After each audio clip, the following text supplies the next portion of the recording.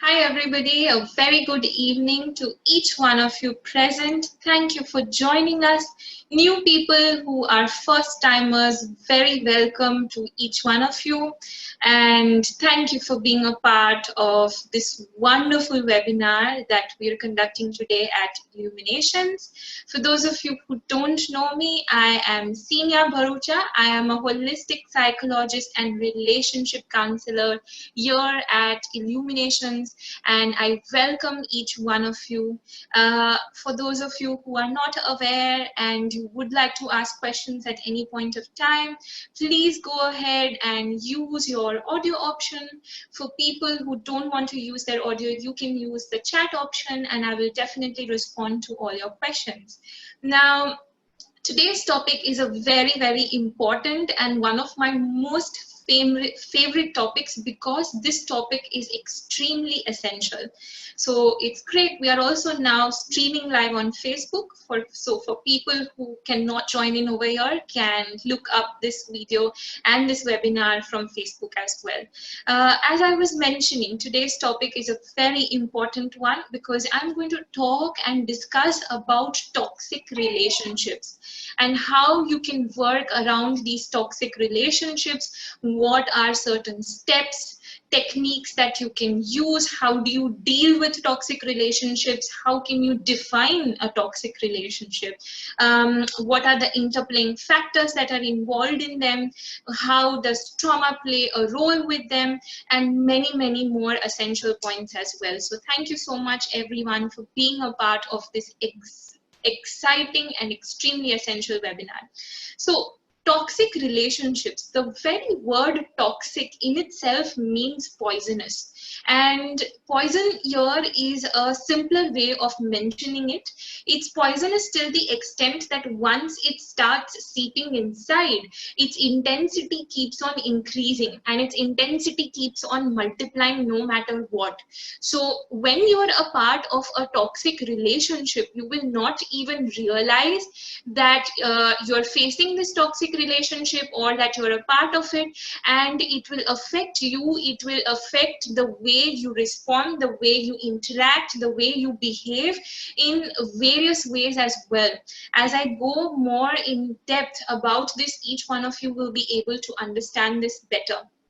But in order for, first of all, a toxic relationship to survive, it needs two elements. So in a toxic relationship, either of the two partners here, one of them will usually have an upper hand or will usually be the more dominant one, or can also be termed as the manipulator, or can be termed as the aggressor, or can be termed as the perpetrator.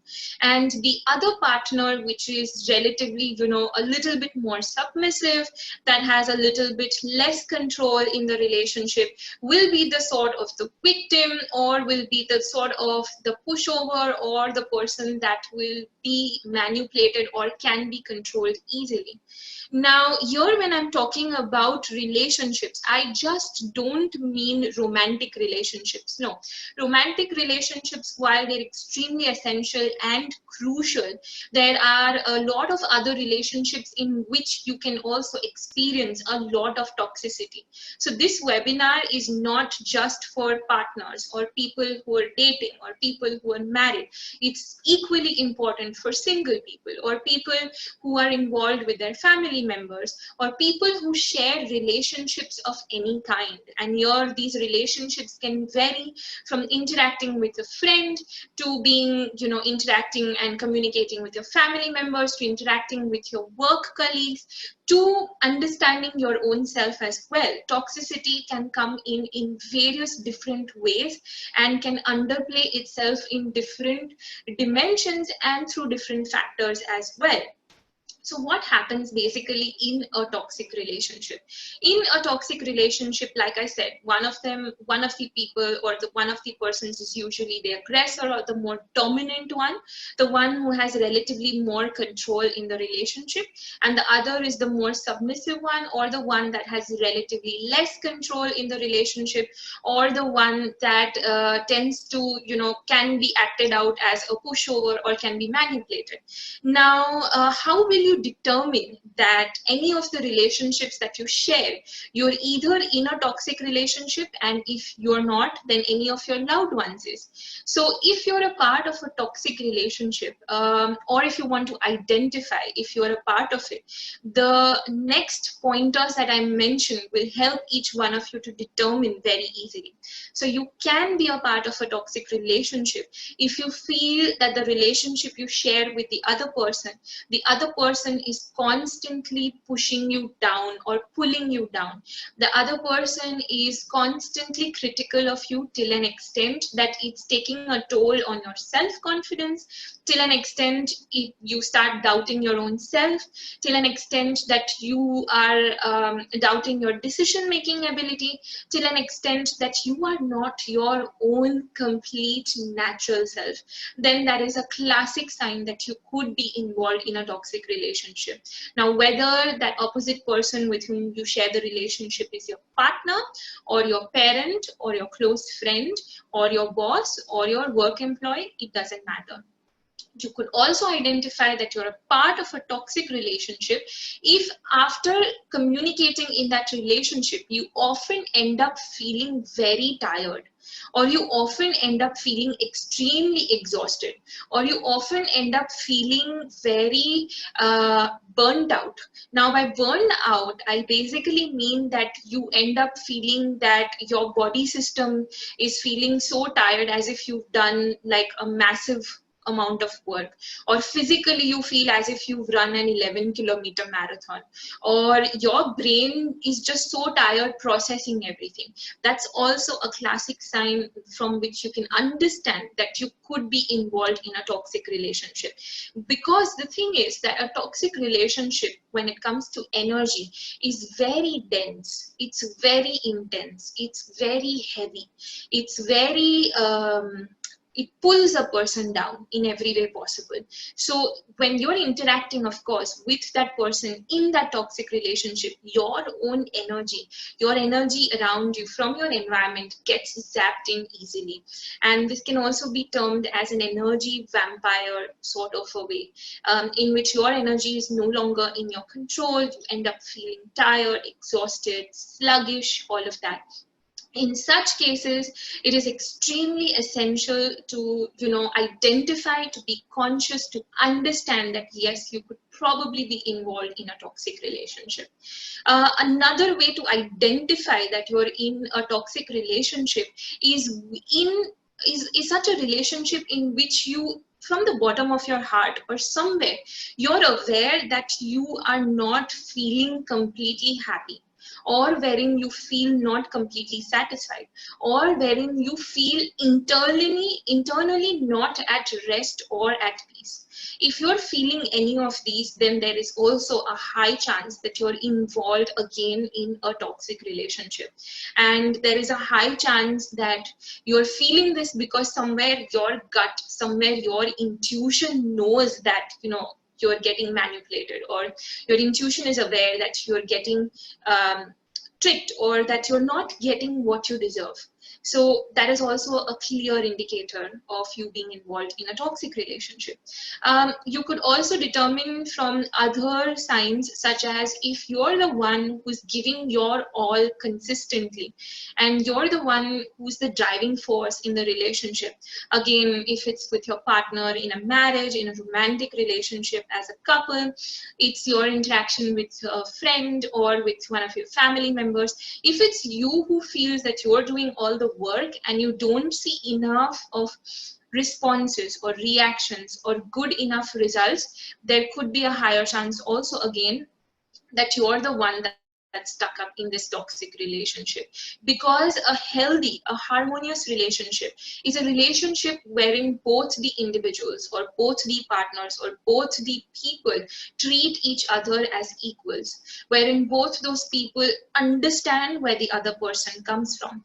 So of course, it's important that the relationship that you share with that person, they correct you when you're going wrong, or they tell you when you're doing something that you're it's against you morally, or you're doing something that will hamper you, your growth, your progress, that's essential, of course. But if they are overly critical, or they are critical till the extent that you keep doubting yourself even in small things, in taking small decisions, till the extent that you've lost out on your own self-confidence, you feel shaken up from within, till the extent that you don't, or you can't decide right from wrong, you don't know what's the actual reality, then there's also again a chance that you're stuck up in a toxic relationship. Another very important factor of understanding that you could be involved in a toxic relationship is again with the fact that when you are in this toxic relationship, your environment or other people around you feel that you are not like your true self, or you're not in your complete essence, but you blatantly tend to ignore what other people say for whatever XYZ reason, or you feel that other people are just being judgmental, or you feel whatever other reasons. If you feel that there are a lot of people who've told you, oh, you know what, when you're interacting with this person, or when I see you outside in the mall, for example, with this individual, you're just not like yourself. I don't feel you're that bubbly person. I don't feel you're that confident person. Then it should, bring forward a red flag in your head, because that's also again a classic sign of you being stuck up in a toxic relationship. Now, based on these various different criteria that I've given, or these various different signs that each one of you can look out for, you'll be able to identify also that you're stuck up in a toxic relationship. Sometimes it's pretty obvious, for example, if the person you're involved in is of course physically harmful to you, or is creating certain issues that create a mental imbalance or puts you off emotionally, and you're not able to find the real you, again there should be a red flag in your head highlighting the part that you could be stuck up in a toxic relationship. Now, when and if you end up identifying that you are probably involved or stuck up in a toxic relationship, that is the first step. Kudos to each one of you. Congrats if you've identified any of your relationships where you could probably be stuck. But that's not where the work ends. While that is an extremely essential and important step, the next few steps are more important and essential and need to be followed up as well. And that is, once you identify whatever that toxic relationship you're stuck in, please be very alert, very aware, very conscious, and try and identify and check, notice, observe, are there other relationships or other areas in your life where you could also be experiencing toxicity. Now, this toxicity could be as minimal, or the intensity could be as less as 0.5%, or the intensity could be as high as 95%. Irrespective of whatever it is, please make sure that you identify every area of your life. Because sometimes if you're stuck up in a very severe, disastrous, toxic relationship, and the intensity of it has been going around for 10 years, 15 years, it's difficult to identify. It's difficult to think. It's difficult to realize what is the truth anymore. And it's difficult to observe if this toxicity is, underplaying itself in different areas. But most often it is. Most often the effects of that toxicity don't just pertain to that one specific area in life. Most often the effects of it, they find their way around every area of your life, limiting you down, binding you down, inhibiting your growth and your progress. So please be very cautious, careful, be very conscious when you're identifying. And when you do end up identifying, take note, put down all the pointers as to what you've identified, how long this has been going in. If you can identify triggering factors that could probably be bringing forward that toxicity, that's also great. What I mean by triggering factors is basically your external environment. So are certain people and their influence bringing forward that toxicity? is your conditioning or your personality as a child determining or further bringing forward that toxicity? Are there open wounds that are not resolved from your past? That could be with your past relationships, or with past various other areas that need resolution or healing. Once you start identifying all those triggering factors as well, it will again help you progress. It will make you more conscious, more alert, and it will help each one of you move ahead in a much better manner. Now, before I move ahead to a very important factor that plays a very crucial role here when it comes to toxic relationships, if anyone has any question about everything that I've talked about when it comes to toxic relationships so far, please go ahead, use your audio option, or you can put a question down in the chat option as well. I will take few minutes, I will answer all your questions, and then I'll be moving on to the next subtopic or the next very key element that plays a very contributing role when it comes to toxic relationships. Hi, can you hear me? I have a question. Sorry, yes, please go ahead. Hi, Zinnia. My name is Lira. Regarding the toxic relationship, what if it's a karmic relationship, let's say, that you could not avoid? It's like part of your destiny, where you had to go through this relationship, learn the lesson, and release the person with love and light. Obviously, a lot of people, it's very hard for them to release it. Excuse me. Excuse me. But what if by your destiny you had to meet this person, go through this, and it accepted? What do you think about this one? Absolutely. Hi, Laila. Thank you so much for your excellent question. I feel this is again a very important part of the topic that we're talking about. So yes, a lot of our relationships can be karmic in nature, and probably you were destined to meet that individual. But the important or the key element that you need to understand here is that if you've got that awareness that this is a karmic relationship and in which you need to experience or endure whatever it is that you need to endure so that you can learn your lesson, the mere awareness is going to bring you very near learning your lesson. It's as if you've already learned half of your lesson, because awareness is the key, first of all. So that's a great pointer as well. However, what is also extremely important to understand is what is it that you're doing post this awareness. Like you mentioned here that if you end up forgiving, and if you end up bringing in more harmony or bringing in more love, then that no longer exists as a toxic relationship. Then it becomes a very harmonious, a very soothing relationship. Then you work around the past wounds that you did end up feeling or experiencing in the past connected with that specific individual. The more you work around those wounds that did erupt, that you did experience, that brought in a lot of awareness, the more you work around them, the more you heal them, the more your relationship has scope from shifting from a toxic, from a very disharmonious level to becoming a very harmonious, a very healed one. So when I'm talking about a toxic relationship, I don't just mean that when you identify that, just move out of the relationship. No, often we are not able to do that, because this toxic relationship could be with someone as close as our family members, such as any of our parents, or it could be with our loved partner, or it could be with our child.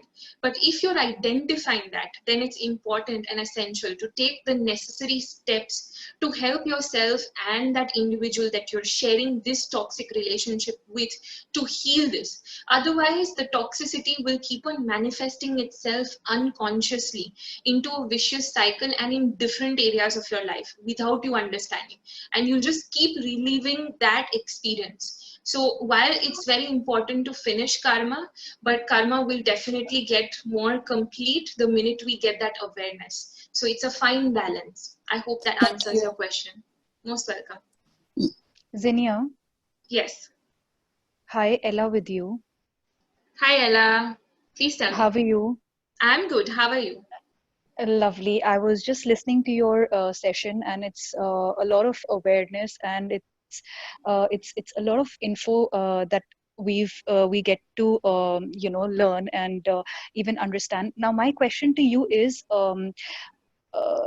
like I really liked what she asked about karmic relationships. Sometimes what happens is that you can't just break ties, in the sense that you're so attached, like something is there. Probably there's no harmony. You want to carry on with the relationship. Sometimes it just ends up, and it just comes back after a few years, and you don't understand like what to do. Like you're into a relationship, and then it's going very smooth, and suddenly something happens, and you're not in touch for 4 or maybe say 5 long years, and suddenly the person just comes in front of you. But then a lot has changed in these 4 or 5 years, and then you don't know how to take it forward. I mean, you don't know whether to reject it, whether to, because of course you've changed also in those 4 or 5 years, and it's not the same. Absolutely. So I just want to understand, how do you deal in such scenarios? Because I'm currently going through one such phase, and it's so difficult, because you're like so heavy in the head that you don't understand like how to go about it. Like, should you cut it? Should you go along with it? Because when you confront the person and you tell the person that this is what has happened in 4 years, maybe it doesn't go well with the person, that how come you've changed in these 4 years, and then the person just decides not to get in touch with you all over again. But then that's already left an impact, because once that person has come in after so many years, you were in touch with them, like even if it's just for a Hmm. couple of days or whatever, so you Hmm. enter into that reminiscence mode, so you don't know exactly what to do. So my question to you is, how do you get rid of such kind of people in your life? And there's a karma involved, because you are having a beautiful thing, and then suddenly it just ends Yeah. abruptly, and then it comes back again. Absolutely. Ella, thank you so much for asking this very insightful question. First of all, if you've been in a relationship with that person in the past, and then there's been a period when you're not anymore in that relationship, and then suddenly out of the blue the person is coming back. Of course, you've interacted with that individual and everything, but it's very essential here to understand as to how do you feel now when you're interacting with this person. First of all, there are certain pointers. If you just look and identify and be and help yourself work with those pointers, you will get your answer. So the first pointer is, how do you feel now in this current time frame that you're interacting with that specific individual? If you feel completely at rest, if you feel completely at peace, you feel internally satisfied, there is no amount of chaos, no amount of internal stress that's going on within you, then there's a possibility that person has come back with a specific reason, and you can give that relationship another go. First of all. Secondly, if the person is telling you that you've changed a lot in these many years, then that person is absolutely right. And that just means that you've progressed way more. Because each one of us, the beauty of life and the beauty of healing is that each one of us is embracing a different version of ourselves in every different time frame. So the Ella that you were 4 years back, you're a very different version now. Now you need to see if your energies as this current Ella, do they coincide with that specific individual of the past? The more you try and introspect on that aspect, you will get your clear answer very well. But it's excellent that if the person is saying this to you that you've changed, I would take it as a compliment, because that means that you've grown, you've empowered yourself, and you've moved more ahead. If you've been stagnant and if you've not grown, that is, I would take it as a sign of a lot of work that still needs to be done. So that's a good indicator. Thirdly, of course, a lot of things change as well, not just you as the person, but your environment, your surrounding. If there are more people involved, in that relationship, their response, their interaction with it as well. Again, a great way to identify if this individual is meant for you, and you can start a new relationship with this individual, is by checking how your environment is reciprocating or responding. So if there are, for example, just saying, if there are kids involved or if there are other people, other family members involved, observe what is their response and reaction to this new individual coming in. Usually if it's a toxic relationship that's starting off again, even if the same person is coming back in after a certain duration, the environment around it will start becoming toxic. So the environment around it will start becoming more chaotic, and you'll again be able to identify from that. And lastly and most importantly, just observe and see what was it in the past that made you end this relationship with this specific individual, and those factors that made you end it, whatever those were, because this is a webinar, I will not go in detail and ask you about them, but you know. So whatever those factors were, analyze and think, do those factors still exist now? Is this individual responding, interacting and behaving in the same way as that person was before 4 to 5 years? If the person is responding, behaving in the same way that probably put you off, or that probably did not work in your favor, or that was probably an inhibiting factor in your relationship, again you have your answer. So these few pointers will help you determine whether it's meant for you to, you know, go ahead, start off with a fresh relationship with this same person, or to get that insight and understanding that while you did have a good time and you do have great memories with this momo person from phone the पे हूँ. past, now that they've come in to bring awareness, and they've come in to help you move ahead even further and embrace the future in a better manner. So, you know, you will get your clarity about that. But if you still have more questions, you can go ahead and ask me as well. I think And you've answered well, Zinnia, and a lovely insight on it also. Thank you so much. most welcome, Ella. Thank you so much for opening up and talking about this. I feel this has benefited a lot of people as well. Thank you. Absolutely, thank you. Most welcome. Any other questions? Hello, hello, Hi, hello, yes, please tell me. hello. You are hearing me? I can hear Hearing you. me? Yes, sir. Yes. I'm Mustafa. Mustafa. Hi, Mustafa, sir. Please Yes. tell How me. are you? How are you? I'm good. How are you? God bless you. Help you. God Thank bless you. you. Help you. Yes. There are in India and Pakistan and Afghanistan. There are joint family system. And Yes. I mean, uh, solving and attacking brothers and parents and like wife, all in one house. There are many problems, and there are the problems beginning in starting when the other brothers also have marriage. Yes. For this, Yes. there is no divorce in our system. You know, there is Yes. no any girlfriend and boyfriend and displacing the personalities like this. And there is no any unboundness with your brothers or parents. We are all bound, very bound. There is many benefits, but there are many problems in this. What is the way that a person manage their family? And many problems, there are poorness, there are unwealthiness, there are many jobless. Only one brother working and four brothers are not working. For this, you can give me Sure. many people in this webinar that hearing like these problems, because Definitely. because you are giving this webinar possible that from America, from many areas, but for us, we are very we need most of relationships, because we are involving in many relationships in one time. I mean, can in Europe, in America, to leave a person, to get a person, to leave a person in days, but we cannot like this, for many years. If there is a marriage, a wife, not best for us, we cannot to the death, that leave this wife or our parents, our brothers. Give us some suggestions, recommendations, or meditations, or Sure. anything, or any books that we get help. Thank you. Thanks very much. infinite Most welcome, gratitude. sir. Thank you so much for asking your question. First of all, I feel this is a very common question I have. A lot of my clients have also been asking me. So let me first just clear out one thing.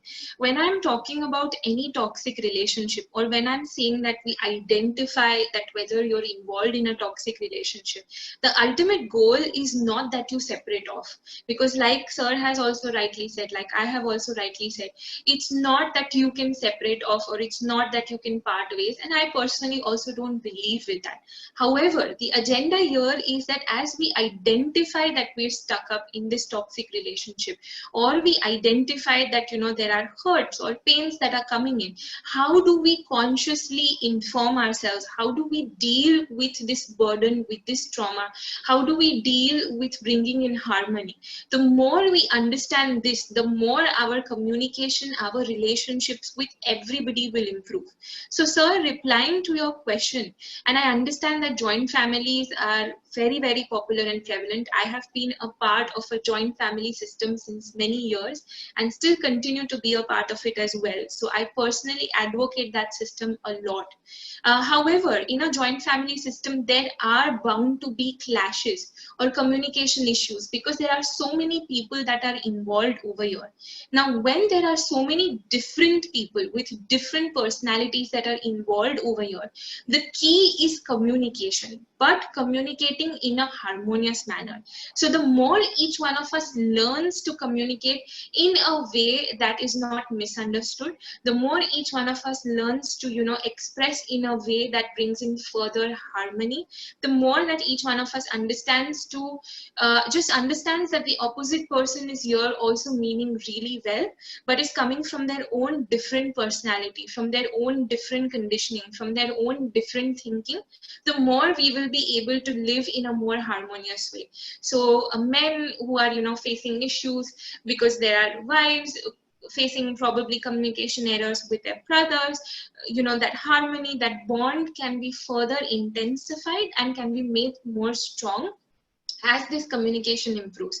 There are certain strategies that each one of us can use when we communicate. For example, the first one, irrespective of whoever it is that we're communicating with, if we communicate with that person starting off with a positive and honest characteristic or attribute connected with that person. So for example, if I'm communicating with my friend, a positive attribute stating, I really like how sensible you are.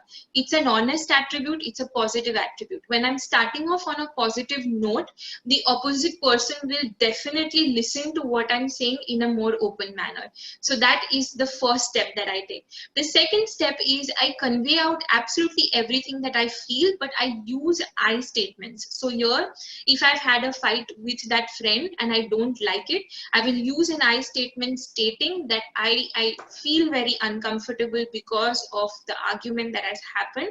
I genuinely miss the close bond that we shared earlier on, and I really hope that we will get back to being where we were. So I have conveyed out everything, but using I statements, putting it on myself so that the opposite person doesn't feel that I am blaming them.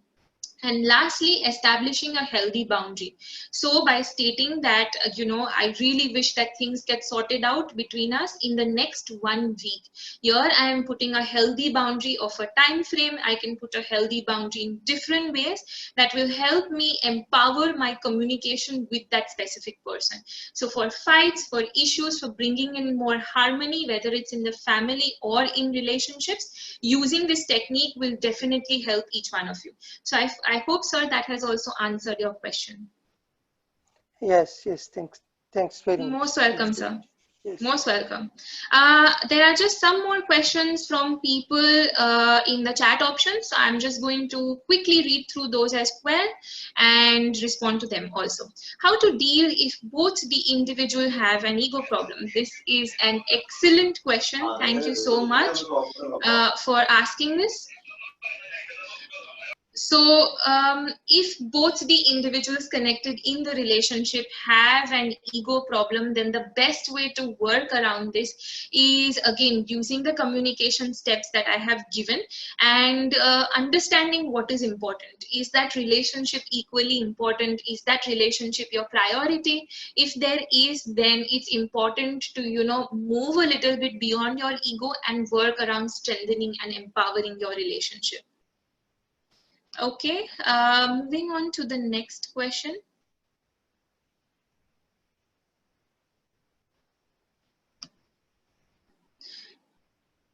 Hello, what if the relationship is new and it shows some signs of narcissism? How do I know for sure if he is a narcissist? Excellent question again. If it's a new relationship and you're skeptical whether he's a narcissist or not, observe if he's putting you in as a priority in anything, especially in the little things in life. So is he going forward and, you know, giving you priority if you're both staying together and you're sharing a meal? Is he giving you priority when he's, you know, when you're both having dinner? Is he giving you priority when it comes to listening? Because a narcissist and a typical narcissist will always focus on themselves. So their communication will be revolved all around them. If you try and talk about yourselves, they will either tune out, show disinterest, give excuses and just move out, or their actions will simply show that they're not there for you. If you feel in a lot of his actions that he's not there for you in the bigger, in the essential things, you know, things that really matter, then you can identify as well that he's a narcissist. So I hope that also answers your question.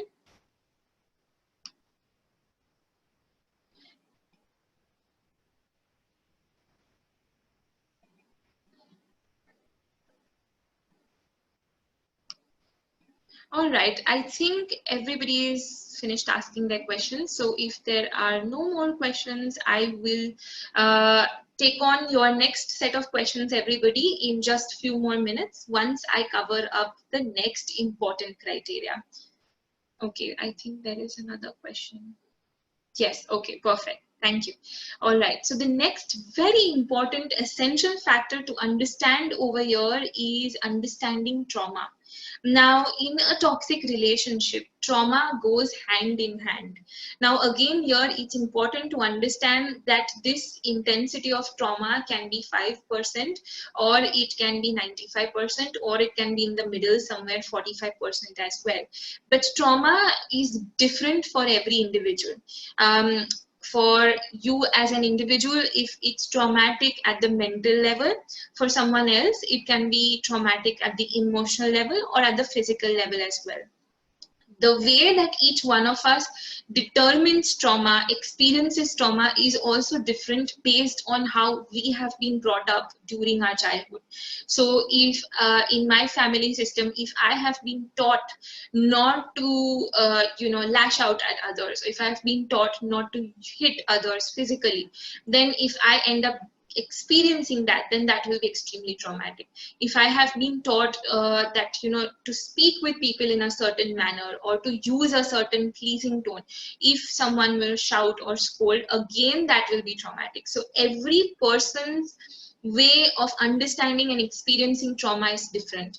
However, with whichever way that each one of us understands and experiences trauma, the overlaying effects of trauma will always be common. That is, will be the same for each one of us. And that is, trauma puts us off as an individual. Trauma binds us, inhibits our growth, and stops us from being the real version of ourselves. So each one of us, when we are born as children, we are like this ball of energy, 100% of energy within each one of us. But when something happens in life, whether the incident of that trauma was just 5% or 10% or 95%, a part of us and our energy, this ball-like energy, gets out of our system. When it gets out of our system, a version of us tends to stay stuck in that time frame and that time zone. So the next time we move ahead in life, it's as if it's just 90% of our energies that's moving ahead. Again, something happens, again a part of our energy moves out. The third time we move ahead, it's like 50% of our energy is moving with us. Why this is so disastrous is because as we keep moving ahead in life, parts and bits of our energies keep getting out of our system. This is where it becomes dangerous, because it's as if we're losing out technically body parts of ourselves, but in energy form. As a result of this, our behavior will get influenced. As a result of this, our nature, our personality, our identity gets influenced. It can bring about changes in our food habits, it can bring about changes in our sleeping patterns, it can bring about changes in our mood. So we might end up experiencing a lot of mood swings, energy turbulence might end up happening a lot, we might not be able to focus, all of that. And that inhibits us from understanding the real us, the actual us, the true version of ourselves. And if this keeps moving ahead further and further, it just inhibits our progress, whether then that progress is in the career area, or that progress is in the relationship that we share with our family, or that progress is in the relationship we share with our loved one, or for our own self growth and progress. It limits us and it inhibits us. So it is important to understand and identify what are these various traumatic incidents or events. Most of them are deeply rooted within us, in our mind, in our system, that we unconsciously tend to act out. As we keep on understanding these different traumatic incidents and what is it that's triggering them, we will be able to help ourselves out better as well. Now, there are a lot of resources that each one of you can use to identify that. The first and most crucial resource, in my opinion, is working on your own self. Now, you can work on yourself by using and reading, of course, self-help books, but most importantly, you can work on yourself by taking in-depth therapy. So taking therapy where we help you out understand whatever those determine innermost factors are, and help you not only heal them, but help you identify those stuck parts of you in the past experiencing that trauma, harmoniously healing and integrating them within you, so that your growth and your progress is more wholesome, so that you move ahead completely in a harmonious manner. So therapy is extremely powerful, extremely essential. I've had people, clients who have shifted and brought about such massive shifts within themselves, who have grown completely as individuals in so many ways after they've taken therapy, because they've understood a lot of their underlying behavior patterns that they could not understand earlier on. So definitely take in therapy. You can use a lot of self-help books, starting off with simple books that understand. So understanding the power of the mind, or books wherein it talks about what your physical body is, what is energy, how does energy operate, what is the mind, things like that. How do you work with your own self? Those books will also help. A lot of mindfulness based exercises, so a lot of breathing exercises, a lot of relaxation techniques. Also, for new people who don't know, I have given a lot of other webinars where I've focused on different topics ranging from stress to anxiety to fear to tension. It's all up here on our Illuminations page on Facebook and on Instagram. Go ahead, look that up also. That will help each one of you understand. I've given various different strategies and techniques. Work through those as well. And of course, empower your relationships by working on your communication. That, in my opinion, is also an extremely important strategy that each one of you can use. The more you understand how to communicate better, the more people understand you better, the more deeper, healthier, harmonious bonds you end up creating. So that is the whole idea of finding and understanding your real self, your empowered self. For people who would like to also, participate with me, I do a lot of free meditations as well. They're also up on Instagram and Facebook on our Illuminations page. You can go ahead and look those up as well. They are extremely relaxing and will help each one of you move ahead. If there are still any more questions on how trauma plays an influence, or on, plays a role in toxic relationships, or if you've been bound by trauma, please go ahead, ask your questions, and I will respond to them as well.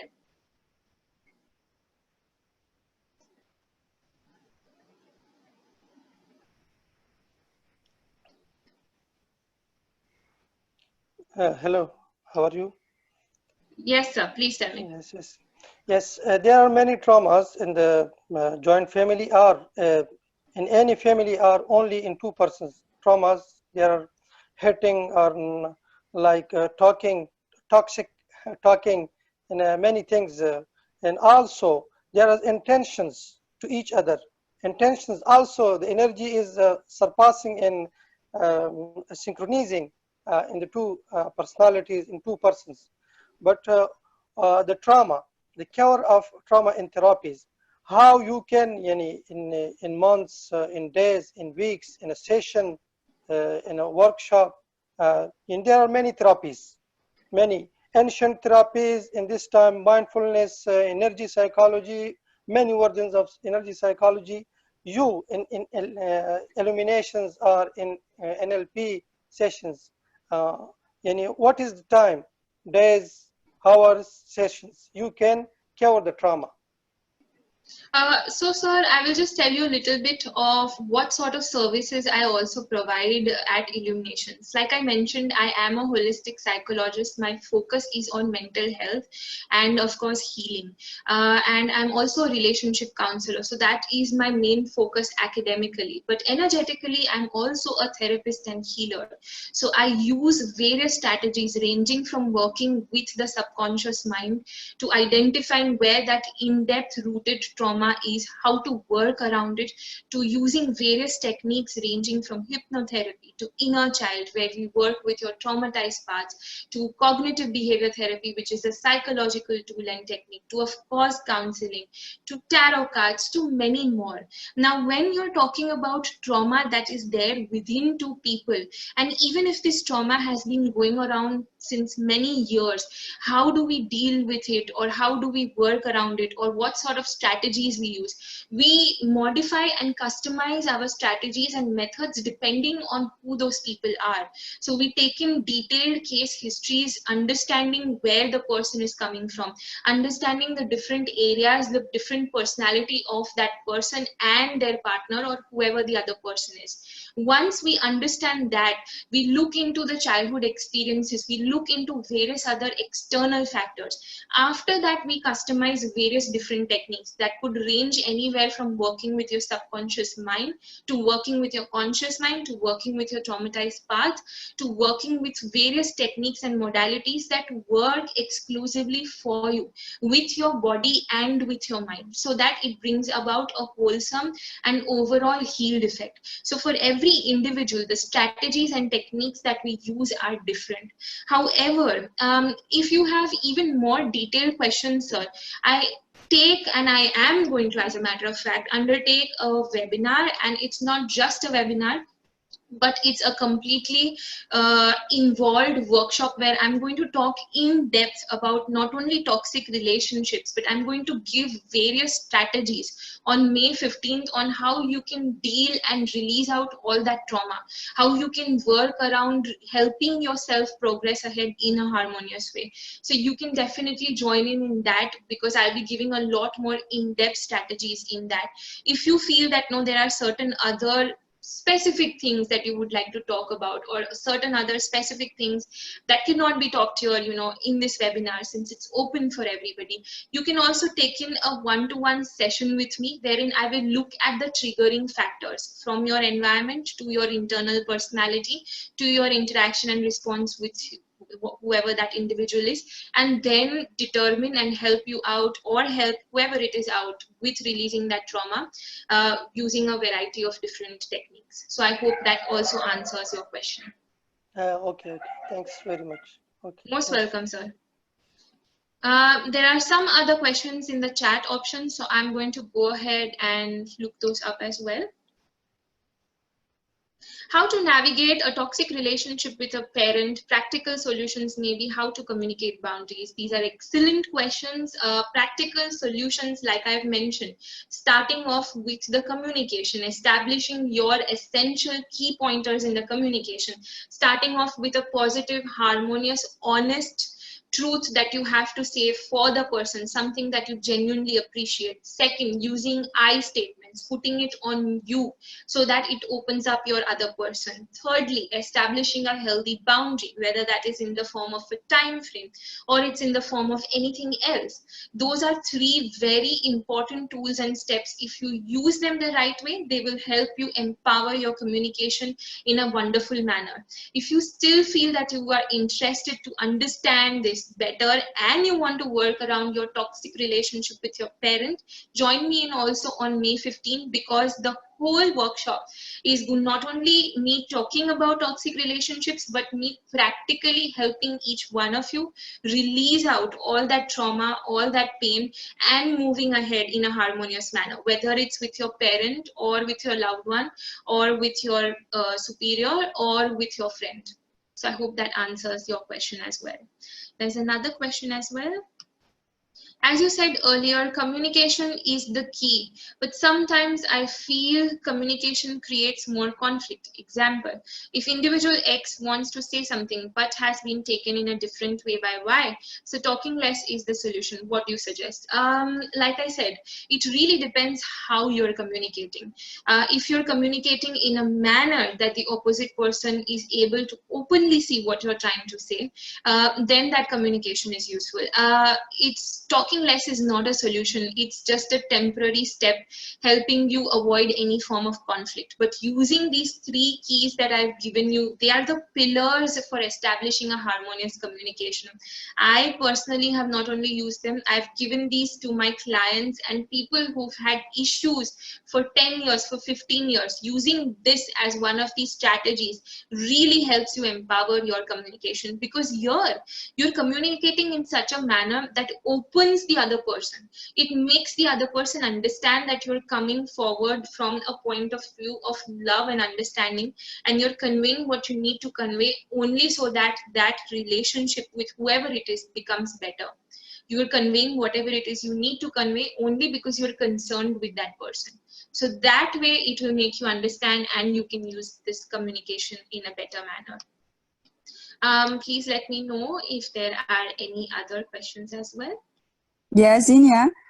Yes, please. I have sort of a question, but also maybe you and I can act up a scenario, let's say an answering relationship with a parent.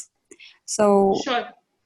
So people can see how is communication on a daily basis is different from what you're trying to say. Just sure. like quick dialogue. Let's say I am the mother and you are the daughter. Mm-hmm. And you are the daughter that is trying to heal the relationship, and I'm the mother who don't understand the psychology, healing sessions or anything. I'm just coming from what I know. Absolutely. So I'm saying in this scenario to my daughter, Zinnia, I feel that you are like an embarrassment to the family because you are still not married and you are selfish and everybody else is looking at you like an embarrassment in the family. Why don't you do something about this? Like, I'm getting tired of feeling embarrassed. Okay. Lyra, I genuinely appreciate how honest you are as my mother. I respect you for that as well. I feel I'm doing my level best when it comes to relationships, and when the time is right, I will take the necessary step forward that is needed. So see what I've done here, Lyra? Long time. Like, it's taking too much long. You're gonna be like 50 years old without family, with nothing, embarrassing us. And it's Lyra, gonna continue I on and genuinely on. appreciate you as my mother. I respect you. No, please hear me out.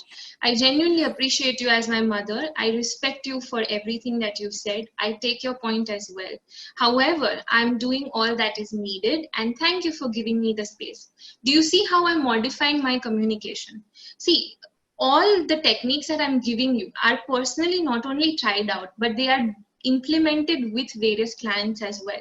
It's not just you communicating this out one time. It's you communicating this out with whoever that individual is consistently. That's how you establish a healthy boundary. If you're expecting that by just communicating this out with one person with whom you've experienced toxicity for 15 years, or with whom you've experienced not a great harmonious relationship for 15 years, it's not going to get solved.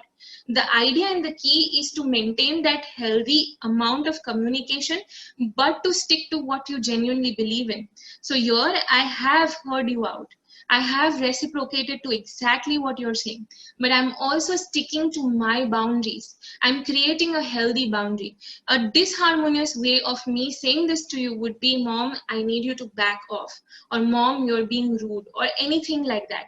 Instead, I've said the same thing, but I have put it forward in a different manner. These are not just 3 pillars, these are essential pillars that you use in day-to-day communication. It's not just to be used in, when I'm explaining or giving examples. It's used in day-to-day communication to further your relationship. So that's how you Thank use you. them. Yeah? Thank you. This, Most welcome. What I've noticed is you said a lot, like, I appreciate you bringing up this problem, or I value you as my mother. So, because, the ego, I guess a lot of people do not want to say these things to people in general, not only in toxic relationship. So Absolutely. That's why the communication becomes more difficult. Absolutely, which is why iMessages work excellently well, because you're taking the responsibility on yourself as an individual. When you take the responsibility on yourself, the opposite person opens up. So that's how it works. But the key is to consistently do this. The key is to maintain a healthy boundary around this. And this is just one of the strategies. This is not the only technique. There are a lot more different other techniques that we also use when it comes to not just toxicity, but when it comes to empowering your communication, when it comes to expressing yourself out in a manner that other people understand you. So I hope that also answers your question. But thank you so much for the role play, because now people have a better understanding of what I'm trying to say. So thank you. Thank you. Thank you. Okay. Please repeat once again the 3 rules of communication. I want to write them down for sure. The 3 rules of communication. The first rule is, whoever that opposite person is with whom you're communicating, it is important to start off with a positive but a very honest statement. So if I'm going ahead and saying that I love how good a communicator you are to my friend, but I genuinely don't believe it, the law of communication will not work. You have to genuinely believe it to be true, and it has to be positive. So that's the first rule. Okay. The second rule is, you use iMessages to convey out absolutely everything you want to convey out, express out to that person, which is connected probably with the fight, or in general life, or in whatever it is that's upsetting you. As you use iMessages, it draws their attention on important things, and it opens them up to understanding what you're saying, in a great way. The third tip is to establish a healthy boundary, like I did here with Lyra as well. Establishing a healthy boundary. I will take the necessary steps that I need to. Thank you for understanding. So that's me establishing a healthy boundary, that I will do it when the time is needed, or establishing a healthy boundary that I hope this communication error that's happened between us gets sorted out in a week, or establishing a healthy boundary that I genuinely would like things to get better between us, and I'm ready to take those steps ahead. So healthy boundaries can be in different ways, but it's a healthy boundary, not something toxic, not something where you blame, not something where you put or you don't take enough responsibility. So those are the 3 steps. Most welcome. Also, for people who might be interested in joining on May 15 for our toxic relationship workshop, the link for the same is also mentioned here in the chat option, so people can go ahead and pass it on also. And we have also added on the link for taking in online appointment sessions with me for those of you who might want to talk more in depth and might shy out from talking about it over here. If there are any other questions, please let me know. I'll be taking one or two more questions and then we'll be ending today's session.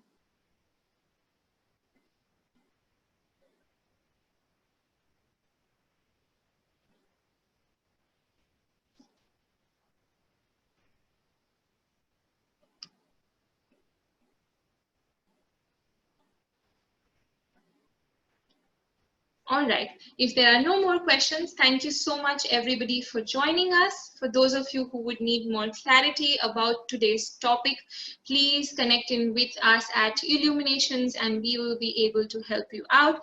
There is one last question. Is there a place where we can read about these 3 pillars of communication with examples?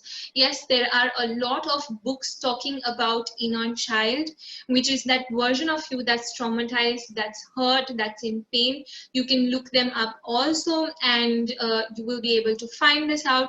This is the 3 pillar of communication as well that is used by a lot of people and therapists all over the world. So go ahead, look it up. It's very popular. Any other questions? Please let me know.